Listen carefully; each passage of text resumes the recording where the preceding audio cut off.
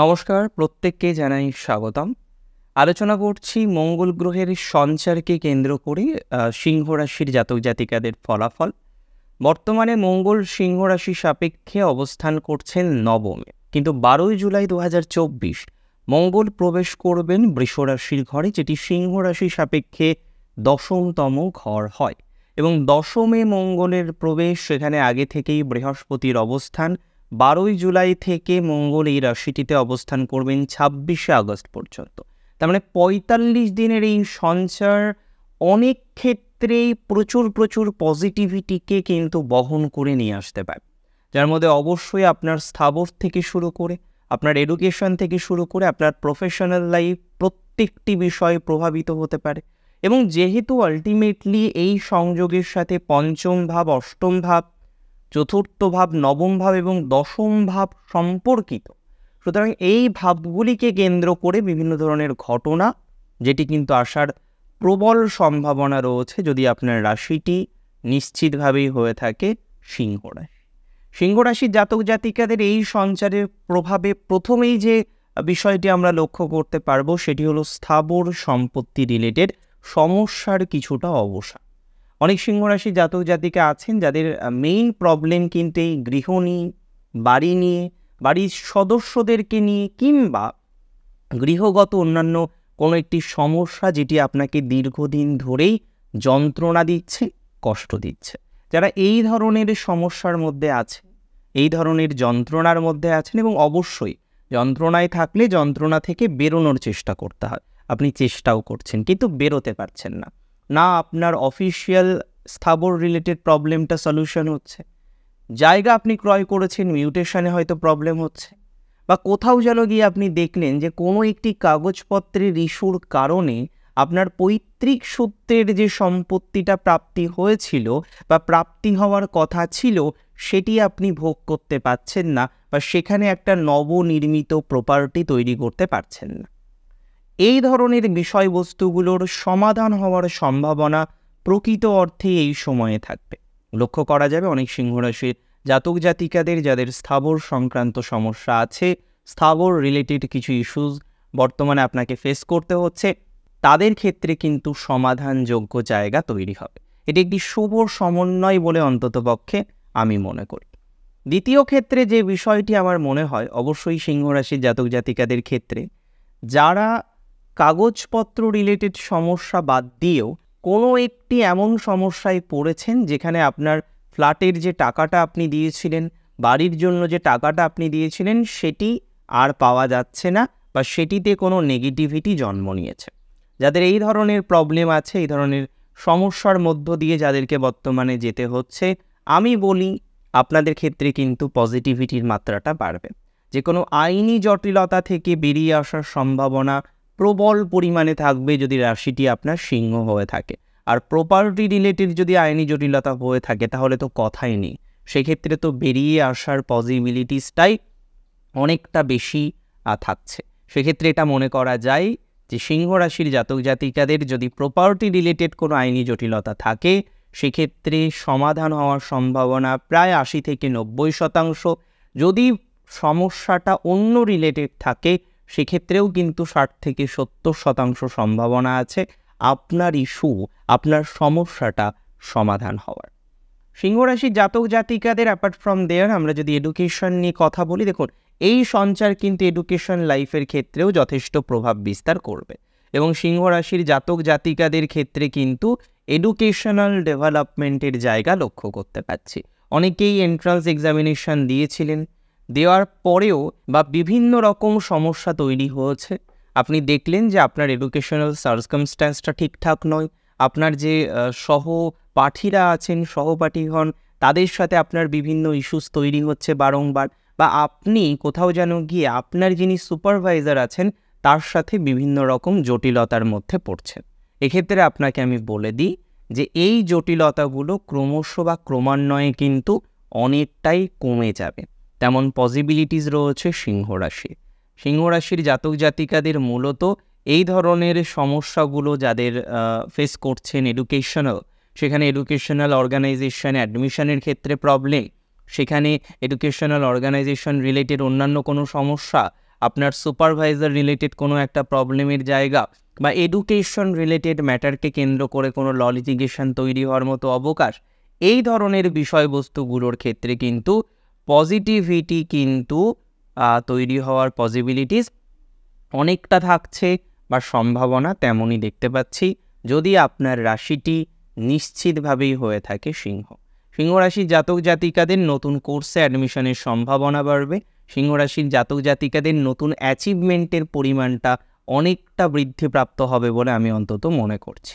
তার সাথে সাথে আমরা লক্ষ্য করতে পারবো যে বা যারা বর্তমানে সমস্যার কারণে আপনার যে জায়গাটায় এডুকেশনাল ইনস্টিটিউট ছিল সেই জায়গা থেকে চলে এসেছেন, এসে অন্য একটা জায়গায় কন্টিনিউ করছেন, তাদের ক্ষেত্রে কিন্তু ইমপ্রুভমেন্টের জায়গা নিশ্চিতভাবে থাকছে, কোনো সন্দেহ কিন্তু এই বিষয়ে আমি প্রকাশ করছি না। চলুন ফার্দার আমরা ডিসকাস করি।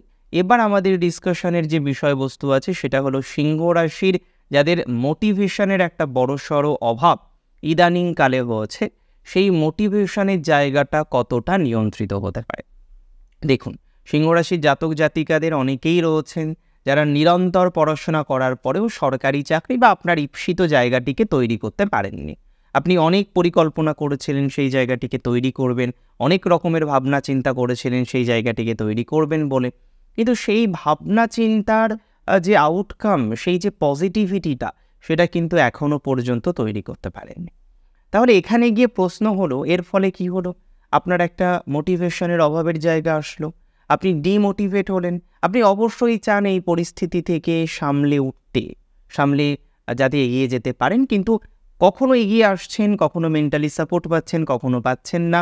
এই কম্বিনেশন কিন্তু আপনাকে মেন্টালি সাপোর্ট প্রদান করবে, তেমন সম্ভাবনা কিন্তু স্ট্রং। এবং এছাড়াও অর্থনৈতিক ক্ষেত্রেও কিন্তু এই সমন্বয় পজিটিভ দিকে যাবে, বা তেমন একটা পসিবিলিটিস লক্ষ্য করতে পাচ্ছি যদি আপনার রাশিটি সিংহ হয়ে থাকে। সিংহ রাশির জাতক জাতিকাদের যাদের ফাইন্যান্সিয়াল ডিস্টারবেন্স আছে কিছুটা পজিটিভ হবে। দেখুন, লোন তো আর একদিনে শোধ হয় না, সেটা নির্দিষ্ট টেনিওর থাকে, সেইভাবেই শোধ হবে।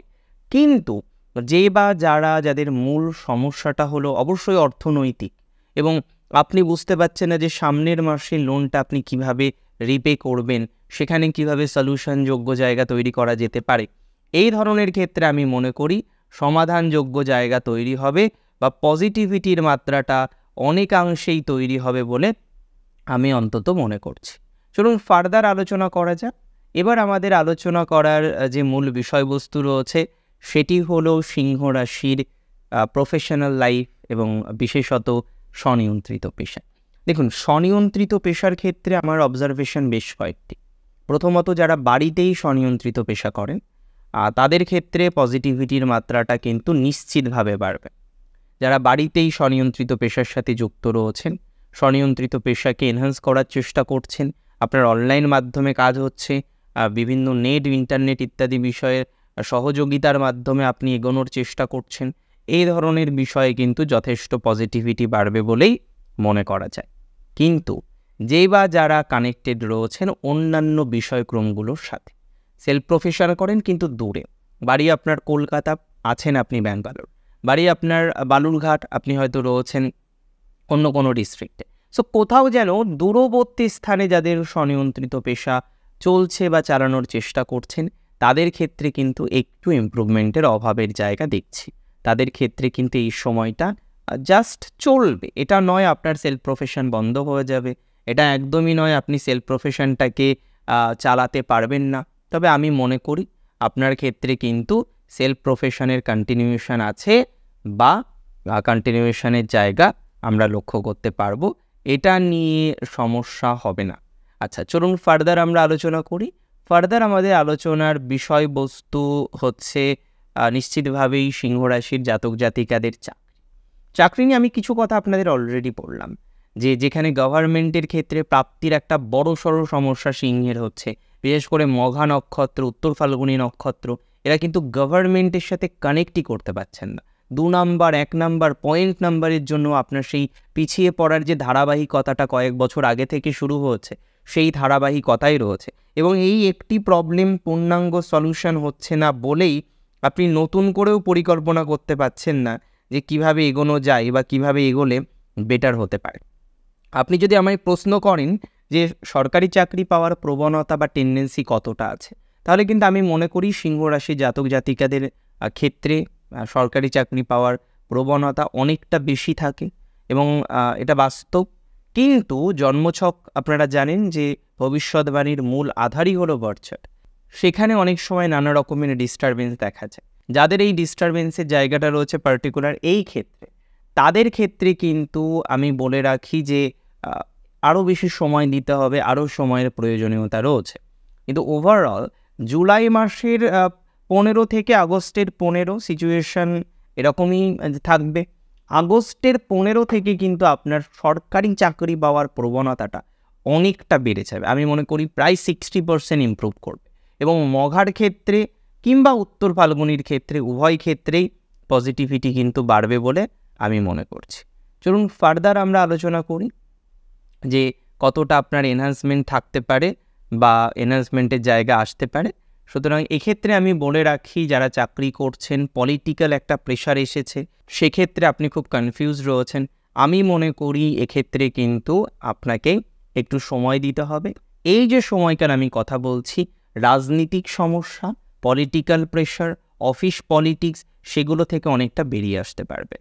এবং যে বা যারা চাকরি পরিবর্তনের কথা ভাবছেন, নিশ্চিন্তে পরিবর্তন করতে পারেন, কারণ মঙ্গলের ভাইবস কিন্তু আপনাকে পরিবর্তন করতে অনেকটাই কোথাও যেন জোর করতে পারে বা জোর করার একটা টেন্ডেন্সি তৈরি করতে পারে। আর একটা কথা বলে দিই, অনেক ক্ষেত্রে আপনারা দেখবেন আমরা পরিবর্তন করতে চাই না, but by hook or crook change হয়ে যায়।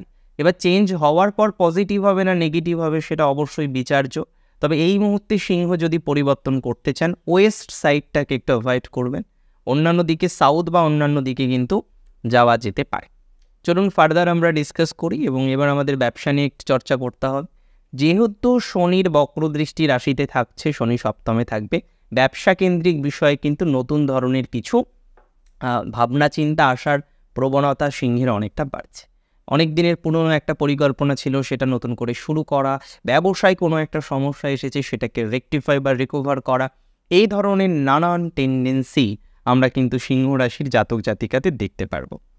সেক্ষেত্রে দাঁড়িয়ে আমি মনে করি সিংহ রাশির জাতক জাতিকারা যারা আছেন, তারা যদি নতুন ব্যবসা শুরু করতে চান, সেক্ষেত্রে শুরু করতে পারেন। একটা জিনিস মাথায় রাখবেন, সেটা হলো রিলেটিভসদের সাথে ব্যবসা নয়, পার্টনারশিপে বিজনেস নয়।